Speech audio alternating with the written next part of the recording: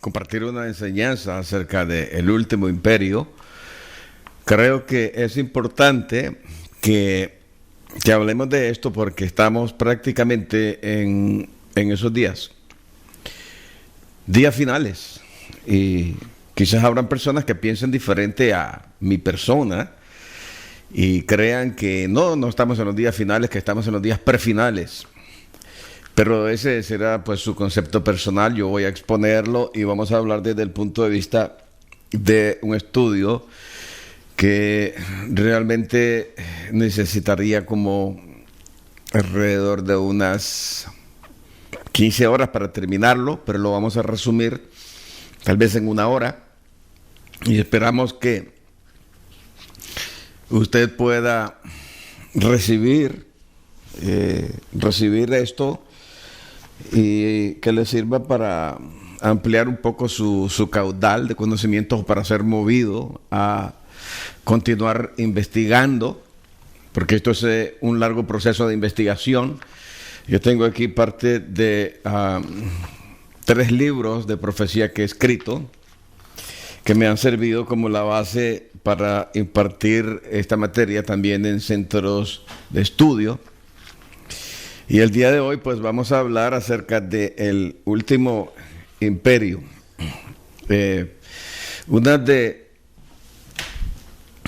de las cosas que quiero enseñarle y darle a usted un resumen de esto es, cuando hablamos de los últimos días o los días finales, como dice Isaías capítulo 2, versículo 2, estamos hablando del día del Señor, estamos hablando del siglo venidero, estamos hablando de los últimos días, de los últimos tiempos, de la última hora y del tiempo final que empieza con la venida del Mesías, como dice Hebreos capítulo 1, versículo 2.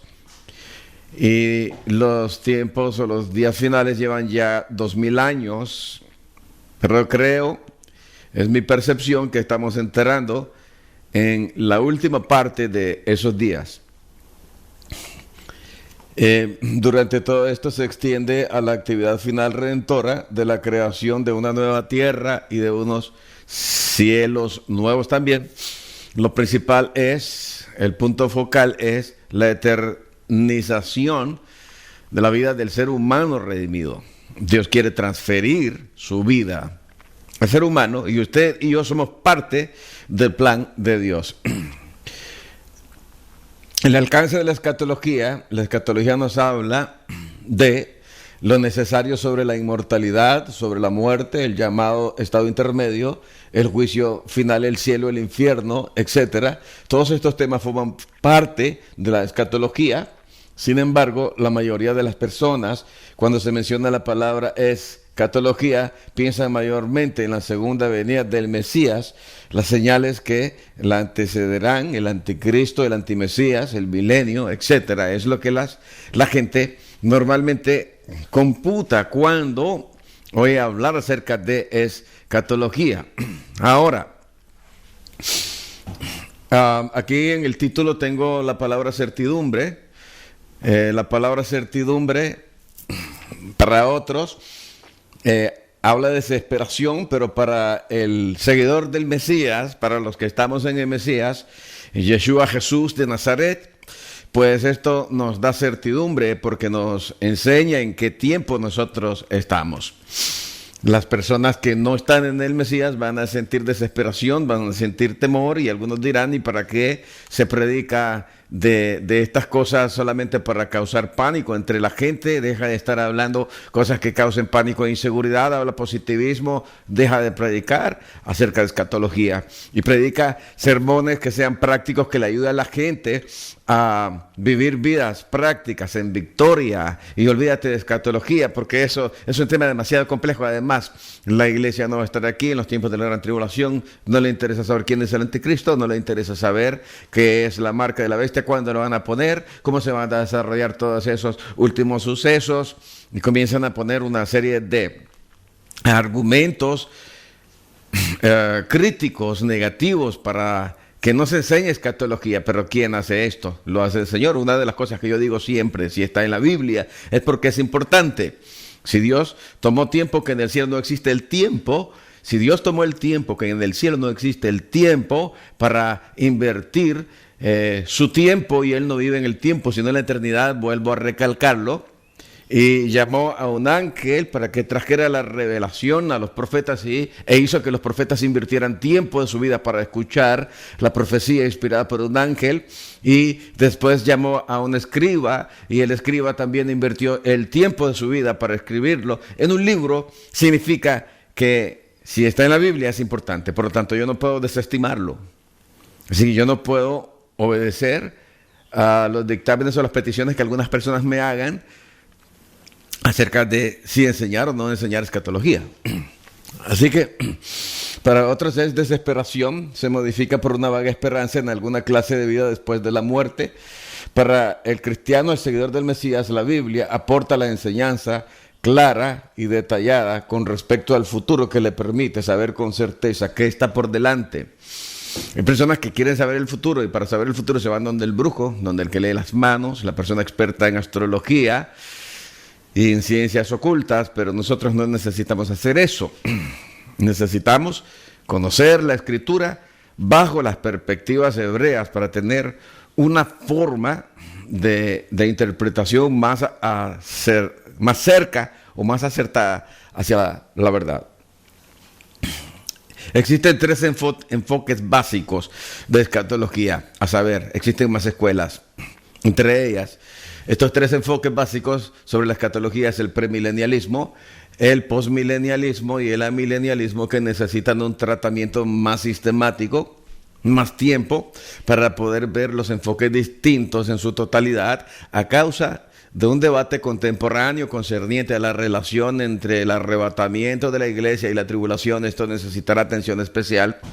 Aquí, en este caso, que es uno de los puntos álgidos de la teología, se pierden y se rompen relaciones. Los hermanos caen en pecado, pecan, se condenan unos a otros y se seccionan por causa de la diferencia que tienen acerca del tiempo del arrebatamiento de la iglesia, de la iglesia o de los seguidores del Mesías, y el tiempo de la tribulación. Yo no voy a tratar esto, evidentemente, porque eso es ya otra temática. Sin embargo, sí quiero compartir y hablar rápidamente de lo que es el premilenialismo, en qué consiste el premilenialismo, que también cree en un periodo matemático de 1000 años literales antes del cual vendrá el Mesías. Sin embargo, los que así piensan se dividen en tres grupos. Están los pretribulacionistas, que creen que la congregación del Mesías no pasará por la gran tribulación, sino que será arrebatada antes que caigan las plagas, antes que hayan guerras, antes que la humanidad empiece a morir por miles y millones. Los medio tribulacionistas o mesotribulacionistas, que opinan que la iglesia será arrebatada en medio de la tribulación, es decir, estamos hablando del tiempo conocido como la 70ª semana de Daniel, o el tiempo de angustia para Jacob. Y los posttribulacionistas, que afirman que el arrebatamiento y el día de la resurrección sucederá después de la gran tribulación. Estas son tres posiciones diferentes. Saqué esta cita del Nuevo Diccionario de la Biblia de Editorial Unilit, para que usted vea dónde está la cita. El postmileniarismo, por ejemplo, que piensan en un periodo matemático de 1000 años, tras los cuales se producirá la segunda venida del Mesías. Después de la tribulación y del milenio viene el Mesías. En otras palabras, no hay 1000 años literales. Estamos en el milenio, y el milenio termina cuando el Mesías viene. Eso es lo que enseñan. Esto es parte también de lo que se encuentra en este libro de texto de esta editorial que está aquí. El amileniarismo, que cree que Apocalipsis 20 habla de un periodo futuro, no cree que habla de un periodo futuro literal, sino de toda la historia de la congregación, pues Satanás ha sido ya atado por la muerte del Mesías en la cruz. Sin embargo, hay violencia, hay asesinos intelectuales, hay asesinos en los hospitales, hay asesinos en los laboratorios, creando virus y otro montón de cosas. Hay asesinos de saco y de corbata que están ahora planificando su próximo atraco. Hay asesinos en los gobiernos y nosotros sabemos que el mal todavía ronda el planeta. Ahora, en Apocalipsis capítulo 20 dice: vi un ángel que descendía del cielo con la llave del abismo y una gran cadena en la mano. Un ángel no es uno de los generales, es un ángel, solo un ángel.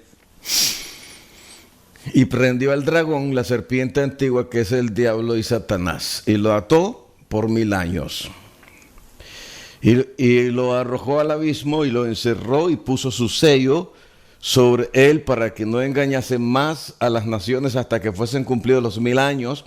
Y después de esto debe ser desatado por un poco de tiempo. Si nosotros nos situamos en la posición de los mileniaristas que dicen que Satanás ya fue atado, entonces debemos de suponer que Satanás está atado ahora mismo para no engañar a las naciones. Entonces las naciones actualmente no están siendo engañadas, Satanás está atado.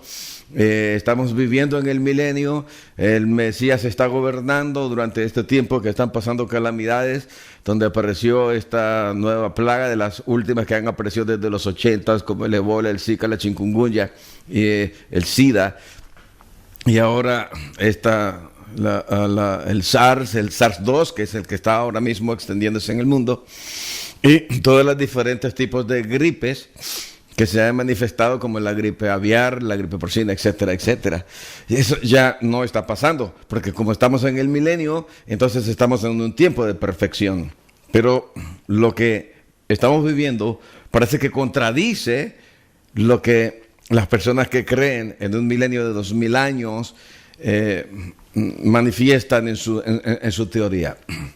Ahora, en Apocalipsis capítulo 20, versículo 4, Juan dice: y vi tronos y se sentaron sobre ellos los que recibieron la facultad de juzgar, y vi las almas de los decapitados por causa del testimonio de Jesús, del Mesías, y por la palabra de Dios, los que no habían adorado a la bestia ni a su imagen, y que no recibieron la marca en sus frentes ni en sus manos, y vivieron y reinaron con Cristo, con el Mesías, 1000 años.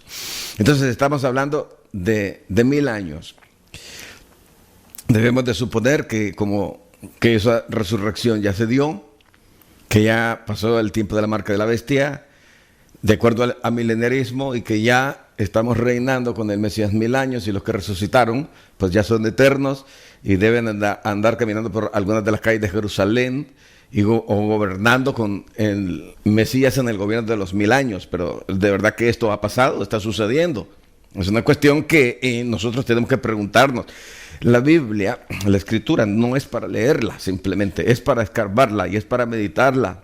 Es para que tú te hagas preguntas acerca de las cosas que te dicen, que se enseñan, no simplemente para que la leas. Yo digo, no podemos leer la Escritura como que fuéramos en una carreta en bajada, y ya se terminó la lectura, y qué bonita la lectura, y amén, Señor, oro, gracias por tu palabra, sino que hay que meditarla, tienes que cuestionarte acerca de lo que leíste, de lo que dicen otros, de los enfoques que tienen otras personas. Ahora,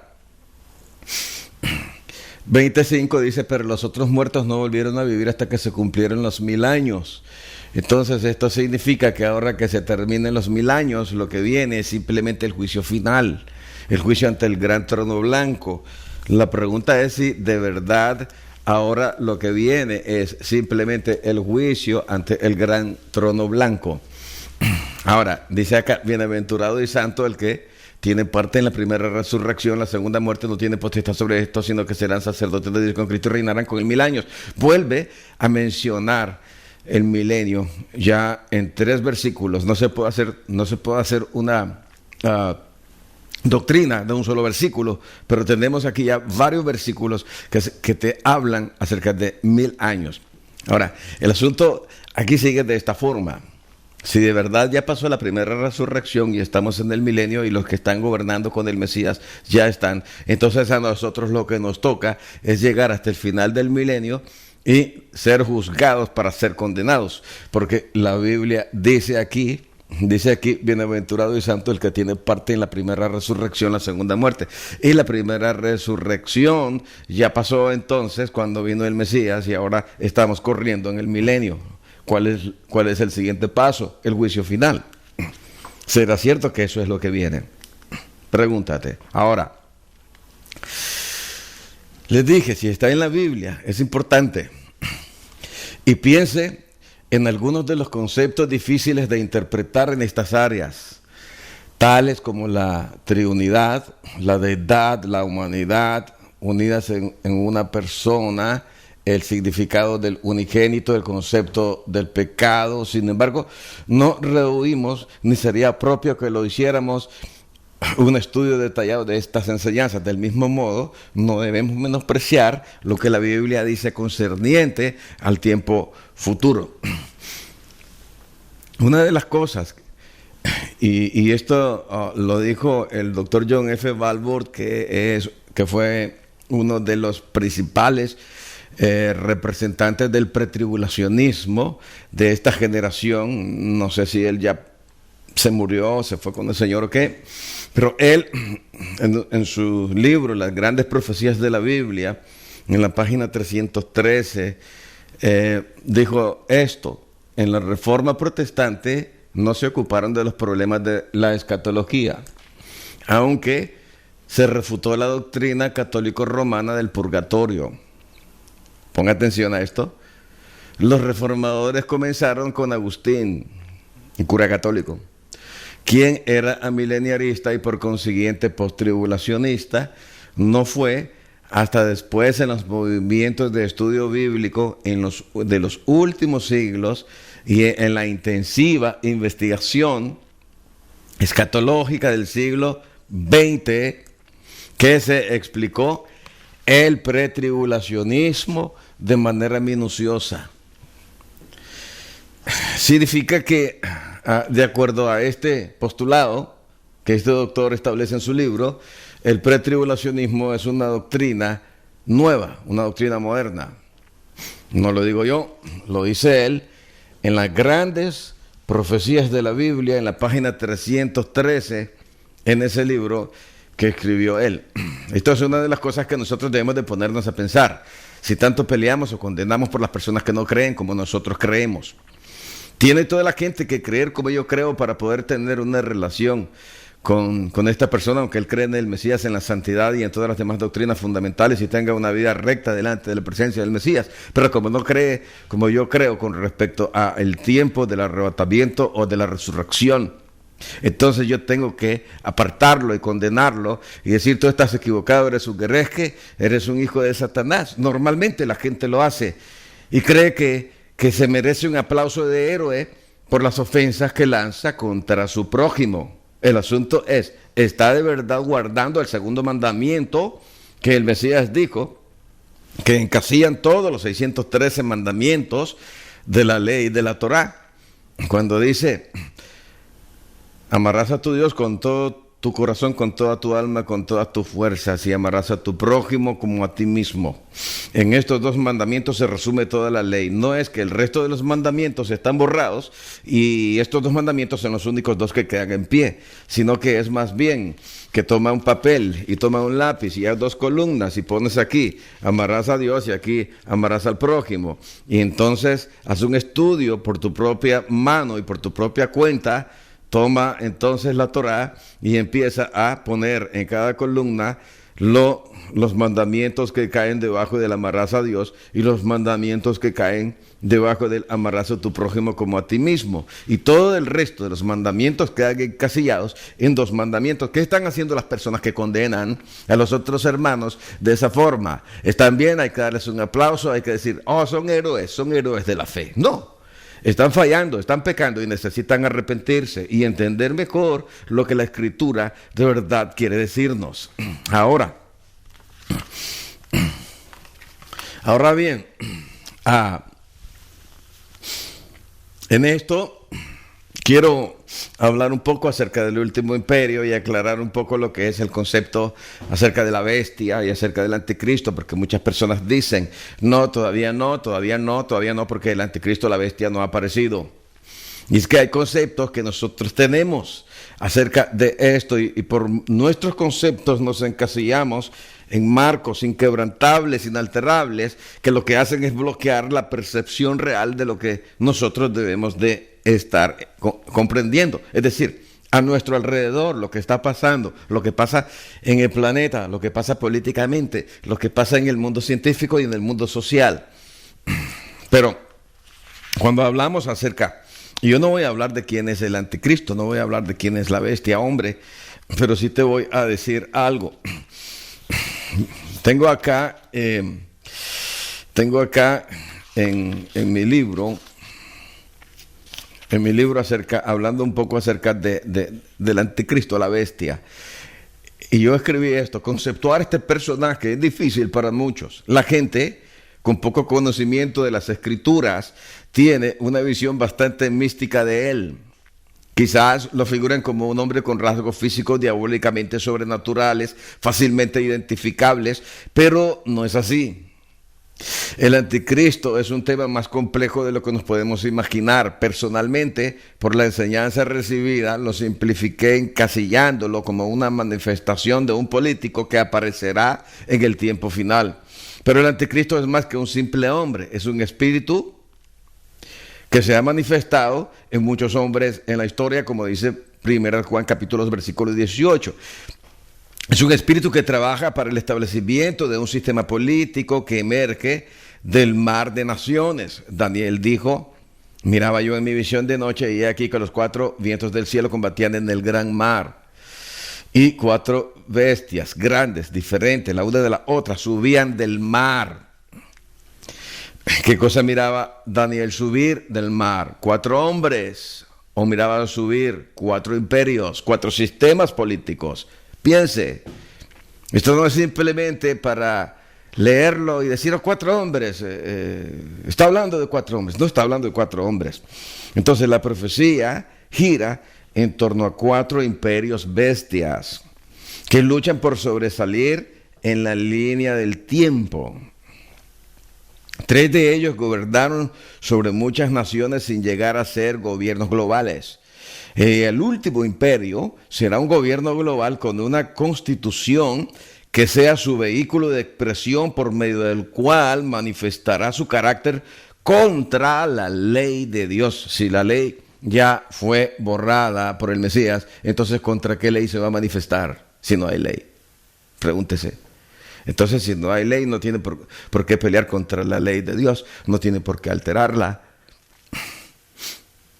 Pero si la ley todavía existe y sobre ella se juzga las obras de los hombres impíos y también de los cristianos, de los seguidores del Mesías, cuando dicen una mentira, porque existe una ley que dice no darás falso testimonio, de un fornicario cuando fornica o cuando adultera, porque existen leyes morales de Dios también para juzgar los hechos de los seres humanos, de los hombres. Entonces la ley existe y contra esas leyes es que viene el último imperio. Ahora, dice acá, y le fue dada una boca que hablaba grandezas y blasfemias, y le fue dada autoridad para actuar por 42 meses, y abrió su boca en blasfemias contra Dios para blasfemar de su nombre y de su tabernáculo, de los que moran en el cielo. Se le concedió hacer guerra contra los santos y vencerlos. Y aquí hablamos del concepto de los santos. Esto está escrito en Apocalipsis, posiblemente escrito por el año 95, después del Mesías. Pero existe otro concepto de los santos que está en Daniel 7:25, cuando dice lo mismo, que hará guerra contra los santos y los vencerá. En otras palabras, lo que se le está revelando aquí a el apóstol Juan es lo mismo que se le reveló 700 años antes del nacimiento del Mesías a el profeta Daniel. Pero Daniel tenía un concepto diferente de los santos. Cuando Daniel hablaba de los santos, ¿en qué santos cree usted que Daniel estaba pensando? Estaba pensando en los santos neotestamentarios, como nosotros tenemos un concepto también de los santos, o estaba pensando simplemente en los santos respecto al pueblo de los santos, o sea, solamente a Israel. Piense. Porque ahora tenemos dos profetas con conceptos acerca de los santos. Y cuando Juan recibe la misma revelación de Daniel acerca del pueblo de los santos, que son vencidos por el mismo personaje del que se está hablando, en el tiempo del último imperio, pensaban ellos en los mismos santos. Pensaba Daniel que los santos se refería a lo que nosotros llamamos la iglesia de la congregación neotestamentaria mesiánica de Yeshua de Nazaret. No. ¿Y qué pensaba entonces Juan? Juan estaba pensando en los santos como los israelitas, como los únicos santos, después de haber tenido una ampliación de sus conceptos teológicos con la escuela que pasó en la universidad con el Mesías durante 3 años y medio de cursos ultra intensivos, y ahora él todavía va a seguir pensando como pensaban los profetas que no pasaron por la escuela, por la universidad que él pasó, a los pies de el mejor maestro y el mejor doctor de todos los tiempos, Yeshua de Nazaret. Yo no creo. Yo creo que cuando Daniel escribe este versículo, hacer guerra contra los santos y vencerlos, Daniel tiene un concepto amplificado acerca de los santos, diferente al que tenía, cuando lo escribe Juan, diferente al que tenía Daniel. Piensa en esto. Ahora bien, cuando nosotros estamos hablando acerca de la bestia, y ya te mencioné, Daniel capítulo 7 te habla de 4 bestias que se levantan del mar, y Apocalipsis capítulo 13 te habla de una bestia que sale del mar, que viene a ser prácticamente la misma bestia, la misma visión que tuvo también Daniel. Estamos hablando de profecías paralelas, escritas en el tiempo y la distancia por una separación de aproximadamente 700 años o más. Entonces, el último imperio, ¿cuándo empezó? ¿Hace cuánto que empezó a tomar forma? ¿Cómo fue esto? En un resumen, y no sé, porque como te dije anteriormente, que esto se trata de algo demasiado extenso. Les mando saludos y bendiciones a las personas que se han conectado, pasen la voz. Estamos ahora en vivo en Facebook Live y queremos compartir con ustedes esta clase. Esta es una clase como las clases que me toca a mí o que me ha tocado dar en las aulas de clase en la universidad. Ahora, estamos hablando acerca del último imperio. Y en esta foto tienes ahí una imagen del foro central de la Organización de las Naciones Unidas, donde todos los presidentes y todas las naciones tienen representatividad. Acá te saco un concepto artístico de un dragón de 7 cabezas que representa los 7 imperios históricos, ya dijimos, y lo he dicho siempre, la profecía tiene un cumplimiento doble, un cumplimiento histórico, y podemos mencionar las 7 cabezas, las 7 cabezas históricas de los 7 imperios mundiales: Asiria, Egipto, Babilonia, Media Persia, Grecia, Roma, y por último,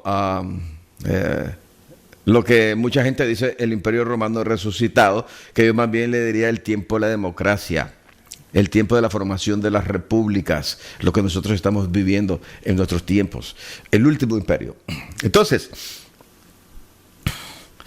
leamos también el Apocalipsis de Daniel, porque Daniel también tuvo su Apocalipsis, su revelación, y otro que también habló, pero de manera más corta y resumida, su propio Apocalipsis. Fue el principal profeta de todos los profetas, el Mesías Yeshua de Nazaret.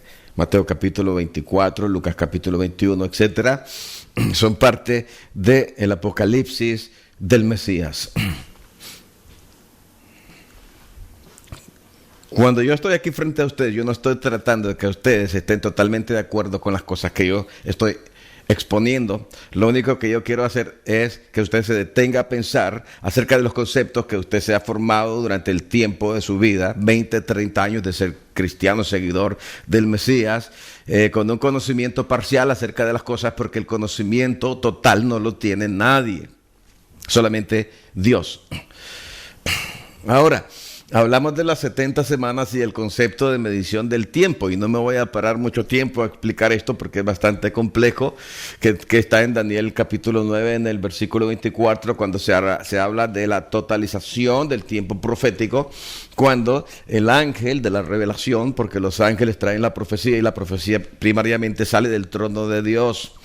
Los ángeles son los intermediarios y luego son pasados a los hombres, a los seres humanos, a los profetas. En este caso, esta profecía fue a Daniel, un hombre de oración.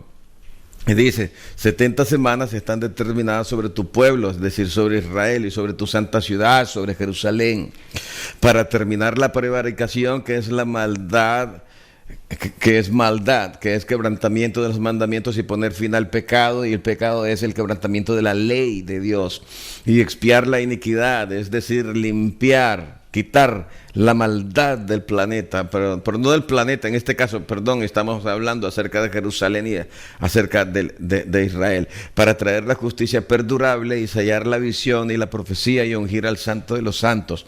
Si usted ve todo lo que implica esta revelación en este versículo, te está hablando de una profecía que llegará hasta los tiempos del fin, no una profecía que ya quedó atrás en el tiempo y que ya se terminó porque ya se selló, ya se ungió al santo de los santos, ya se terminó con el pecado, y el pecado no ha terminado. Ahora mismo están millones de personas pecando, ahora mismo están pecando los científicos, inventando nuevos virus para matar miles y miles de personas en diferentes lugares, y eso no es un secreto para nosotros. ¿Por qué? Porque está a lo ancho y lo largo de toda la internet, que es prácticamente una biblioteca virtual amplísima, que usted realiza investigaciones y va a encontrar las cosas que yo le estoy diciendo.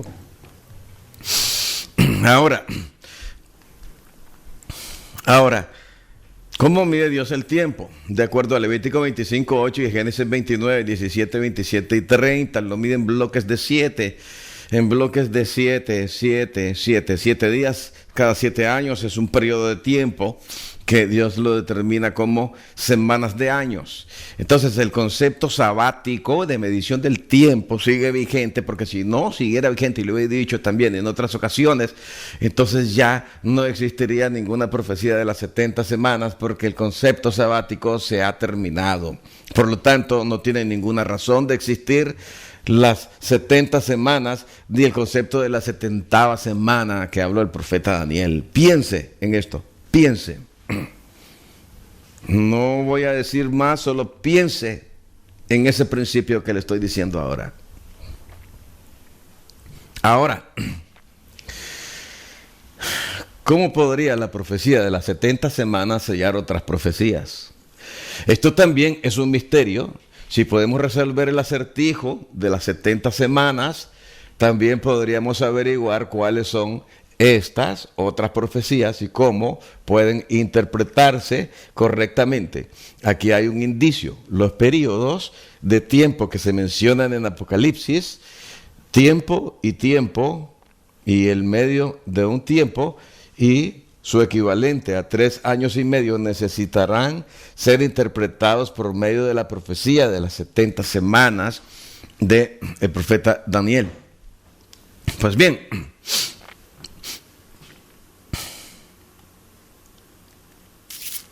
una interpretación interesante de las 70 semanas de Daniel, yo llegué a esta conclusión sin saber que este libro existía. Mi antiguo pastor, el pastor, el doctor Manuel Girón Serna, cuando yo le hablé de esto, me dijo: esa profecía o eso que usted está diciendo se lo reveló el Señor, porque yo lo leí en un libro que escribió Sir Robert Anderson. En la búsqueda de sentarme todos los días para tratar de encontrar los misterios escritos en los números en 1260, 1290 y 1335 días. Me tomó mucho tiempo llegar todas las tardes después de llegar del trabajo. Cuando yo era un evangelista, estoy hablando de la década de los 90, me sentaba con la Biblia en la mano, con un papel, con una calculadora, y mi esposa decía: te estás volviendo loco. Y comenzaba a tratar de pensar, meditar en la escritura, porque como le dije anteriormente, la escritura es para meditar, no es para leerla. Y empecé a hacer números, y empecé a darle vueltas a los números una y otra vez, hasta que llegué a estas conclusiones también que son bastante complejas. No me pararé a explicarlas meticulosamente, pero te voy a leer lo que está escrito acá. Esta propuesta fue hecha en 1895 por Sir Robert Anderson, un brillante erudito bíblico que hizo esta suposición. Anderson afirmaba que desde la orden para reconstruir Jerusalén hasta la aparición del Mesías, las 7 semanas y las 62 semanas del versículo 25 de Daniel 9 transcurrieron exactamente 483 años bíblicos, que multiplicados por 360 días equivaldrían a 173.880 días. Ahora bien, la historia te dice que hubieron varios decretos. El decreto de Ciro en el 539, el de Esdras, el de Darío en el 519 y en Esdras 7:11 y en Nehemías 2:1, 5 y 8, el decreto de Artajerjes entre marzo y abril de nuestro calendario pagano, en el año 445 aproximadamente. Pues bien, hablando acerca de el tiempo medido en bloques de 7, como estamos hablando acerca de las 70 semanas, él le dijo que había una partición del tiempo en 7 semanas y 62 semanas. Y le dijo cuáles eran los eventos que iban a suceder en esas particiones de tiempo. Nosotros lo sabemos. Y por último, hablaba de una semana más que la mayor parte del consenso evangélico de la interpretación dice que se trata de un pacto de paz, aunque si usted lee bien el versículo, no se habla de ningún pacto de paz. Lo del pacto de paz simplemente lo presuponemos nosotros porque sabemos que el Medio Oriente está lleno de guerra desde el momento en que Israel nació como nación otra vez en el Foro de las Naciones en 1948 por la intromisión de los gobiernos masónicos de Inglaterra y por los masones también que establecieron a la ONU, que le dieron a Israel un lugar también en el Concierto de las Naciones y lo reconocieron como tal. Entonces comenzaron las guerras. Está la historia, hice un video acerca de eso hace bastantes años. En VHS tengo el tape donde grabé algunas cuestiones históricas que pasaron en la línea del tiempo de 1948 en adelante y algunas de las guerras que Israel ha tenido. Ahora bien, si nosotros vemos, dice que confirmará el pacto con muchos, y hay personas que dicen que el príncipe que había de venir lo lanzan a la historia, que el príncipe que había de venir, ellos lo lanzan a la historia, y al lanzarlo a la historia, el asunto del príncipe que había de venir, dicen que era uno de los sacerdotes ungidos de aquel tiempo, porque se le llamaba ungido a los sumos sacerdotes y a otras personas que estaban en puestos de autoridad. Pues bien, es posible que eso sea así. Pues tendríamos que analizar los eventos, tendríamos que analizar las cuestiones de historia y las implicaciones también de lo que se cree al respecto de estas cosas. ¿Comprende? Entonces tendríamos que hacer un análisis. No podríamos decir que sí, totalmente, porque sí, porque así es y ya. Sino que tendríamos que pararnos y analizar. Pero fue el sumo sacerdote, o fue cuando vino el Mesías y el Mesías hizo el pacto. ¿Con quién hizo el pacto? Lo hizo con muchos. Pero surgen también otras cosas importantes que hay que analizar respecto a lo que va a suceder, porque después dice que con la muchedumbre de las abominaciones vendrá el desolador hasta que venga la consumación. Y si nosotros vemos ¿qué cosa es lo que pasa con la confirmación de un pacto? Los pactos confirmados, o el pacto confirmado aquí, nos deja ver que se confirmará un pacto con muchos, y no puede haber confirmación de un pacto si el pacto no existe anteriormente. Entonces, ¿de qué pacto se habla? Se habla del antiguo pacto, el antiguo casamiento del Padre con Israel, que se dio al pie de la montaña del Sinaí, cuando él le dijo: ustedes van a ser para mí un pueblo de reyes y sacerdotes, y esta va a ser su constitución, y les entregó la Torá. Pero ellos quiebran la Torá y Dios los divorcia. Y por esta razón es que se tiene que confirmar, ¿verdad?, un pacto. Ahora, el consenso evangélico dice que se trata sencillamente de la confirmación del anticristo hombre en un pacto con Israel. Pero como dije anteriormente, la Biblia no habla expresamente que se trate de un pacto de paz. Así que eso queda un poco flotando en el aire para que lo piense. Pero sí se habla de una última semana. Ahora aquí nosotros tenemos la línea del tiempo, tenemos aquí las 70 semanas. Si las 70 semanas se dieron desde el 445 hasta que se cumplió la número 70, debemos entonces de suponer que esa 70ª semana se cumplió 3 años y medio después de la muerte del Mesías, de acuerdo a lo que está escrito en Daniel 9:27, porque dice que después de la 69ª semana se quitará la vida al Mesías, dice al ungido, mas no por sí. Entonces, después de la 69ª semana, quiere decir dentro de la semana 70 que transcurre, y que muchos dicen que cuando el Mesías muere iba a la mitad de la semana, 3 años y medio después se cumple la 70ª semana. Entonces, a los 3 años y medio después de la muerte del Mesías se destruye el templo, que no se destruyó 3 años y medio después, sino hasta en el año 70 después del nacimiento del Mesías. Entonces tendríamos que decir que si las 70 semanas son lineares y consecutivas, hay muchas cosas, hay muchos bemoles que analizar. Entre ellos, que hubo un corte del tiempo y que se extendió la 70ª semana hasta el año 70 después del Mesías, cuando Tito y las legiones romanas llegan y destruyen el templo. Piense, ¿sí el tiempo es continuo o no es continuo? Piense. Porque usted debe de tener explicaciones para eso y para defender su teoría. Si piensa que el tiempo es continuo. Entonces, si nosotros empezamos a contar desde el 445 antes del Mesías y sustraemos 483 años, obtenemos el año 38 después del Mesías. No obstante, primero de todo, hay que tener en cuenta un problema. Un año en tiempos de Daniel era lunar y no solar, como el calendario pagano sobre el cual nosotros regimos nuestro tiempo. Actualmente usamos el calendario gregoriano, que determina la longitud de un año a partir del sol, pero los judíos usaban la luna. De aquí proviene la palabra mes en latín mensis, mes, que tiene su origen en esa palabra latina, que a su vez proviene del griego mene, tiempo, que significa luna. Mene tekel uparsin, te dice algo. La longitud de un año lunar era diferente a la longitud de un año solar, y todas esas cosas deben ser tenidas en cuenta si vamos a traducir la profecía de las 70 semanas. Entonces, el calendario es lunar o solar. ¿En qué quedamos? O te quedas o te vas. Ahora, la duración de un año en términos bíblicos es, por lo tanto, diferente del sistema gregoriano actual.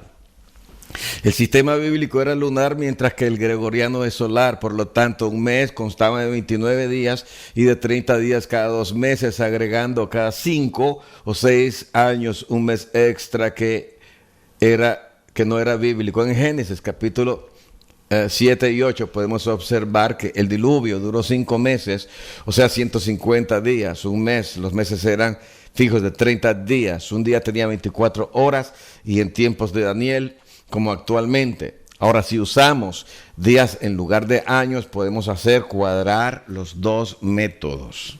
Yo te dije, esto es algo complejo, pero te lo voy a explicar rápidamente. No sé cuánto tiempo llevo, no quiero pasarme del tiempo. Voy a cotejarlo acá.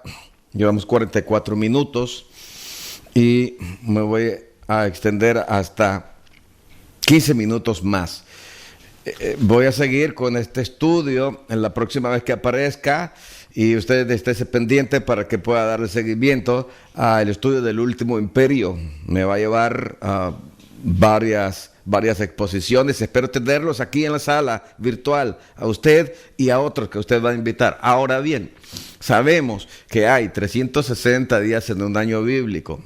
360 por 483 años son igual a 173.880 días. Número 2, hay 365.242 días en un año de nuestro calendario pagano. Si dividimos nuestros 365.242 días entre 173.880 días, obtendremos 476 años y 24 días. Entonces, paso 4, sustraemos 476 años del año 445, cuando se toma como el decreto del inicio del tiempo de las 70 semanas que dio Artajerjes, y llegamos al año 31 después del Mesías, y agregamos 24 días.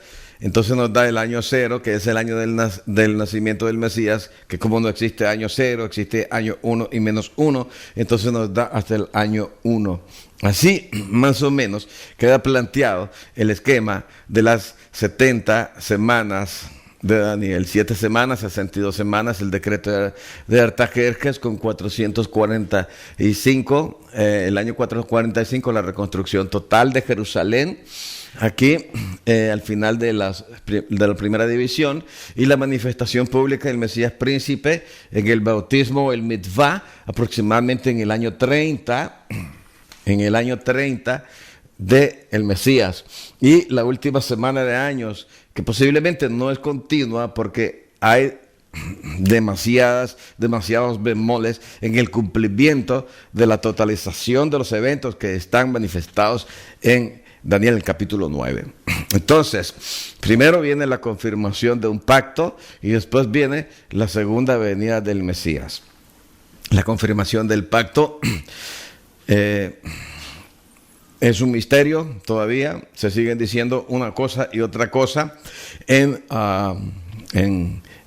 la interpretación de escatólogos que aparecen por internet, en las iglesias, etc.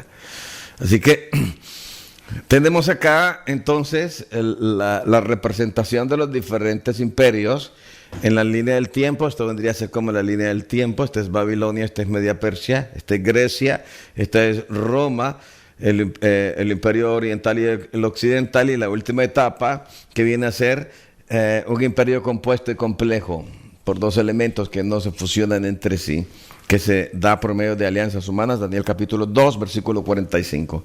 Este es el sueño que Nabucodonosor tuvo, un rey inconverso, impío.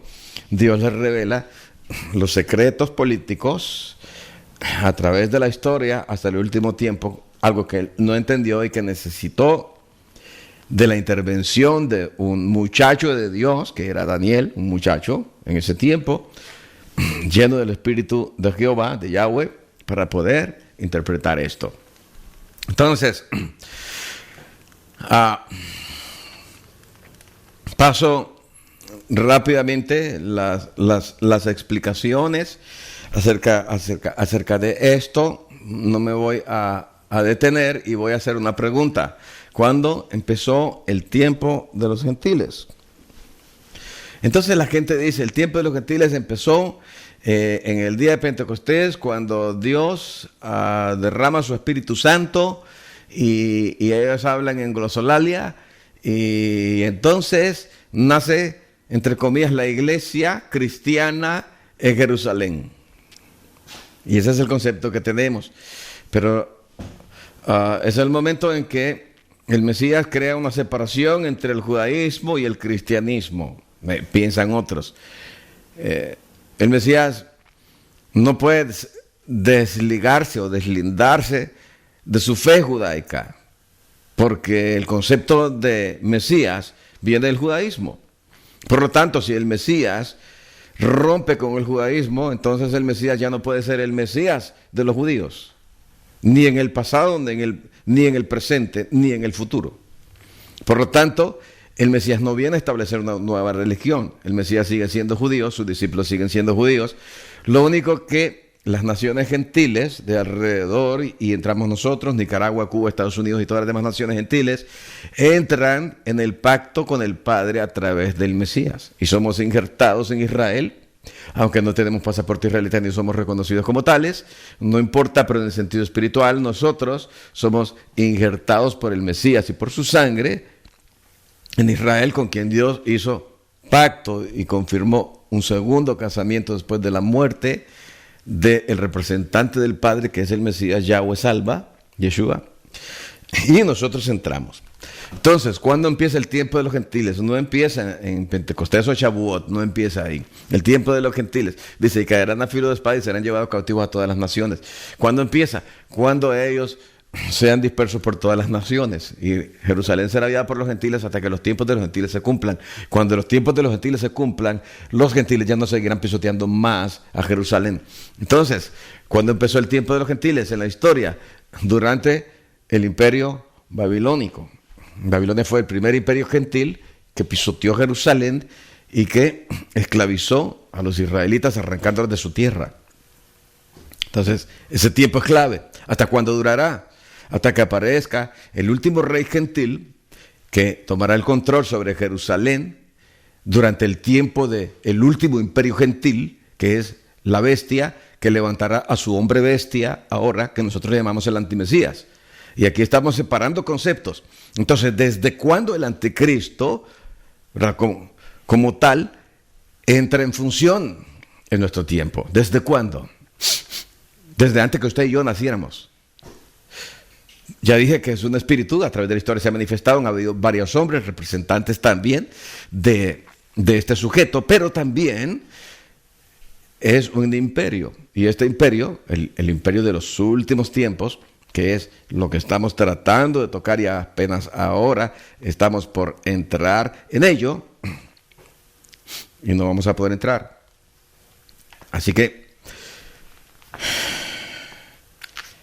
esta bestia es más vieja que usted y que su servidor. Vamos a seguir analizando elementos que están en mi libro, que lo voy a utilizar como libro de texto para enseñanza, en nuestra próxima enseñanza. Y yo quiero decirle a usted que estamos, sí, ciertamente en los últimos tiempos, por eso estamos pasando lo que estamos pasando y viviendo lo que estamos viviendo a estas alturas del año 2020. Pero debemos de mantener nuestra fe y nuestra confianza en el Mesías, porque hay promesas de protección para los fieles. Usted debe mantenerse fiel. Debemos de buscar todos cómo arreglar nuestras vidas con el Padre. Si nosotros hacemos eso, vamos a obtener la protección del Padre prometida a través de lo que el Mesías habló. Mantengámonos firmes. Quiero hacer una oración con usted para terminar. Cierra tus ojos y oremos a Dios. Padre, te damos gracias en este momento, por el tiempo que nos has permitido de estar aquí frente a las cámaras en vivo. Te pido que bendigas a todas las personas que han estado con nosotros durante este tiempo. Bendícelos poderosa y profundamente y guíalos, Señor, por el camino angosto para que puedan, Señor, tener la fuerza por el Espíritu Santo de guardar tus mandamientos y no pecar contra ti. Ayúdanos a vivir en santidad. En el nombre de Yeshua. Amén. Amén. El Señor los bendiga a todos. Los espero en nuestra próxima transmisión en vivo. Seguiremos hablando acerca de los imperios mundiales y del último imperio, la bestia. Shalom.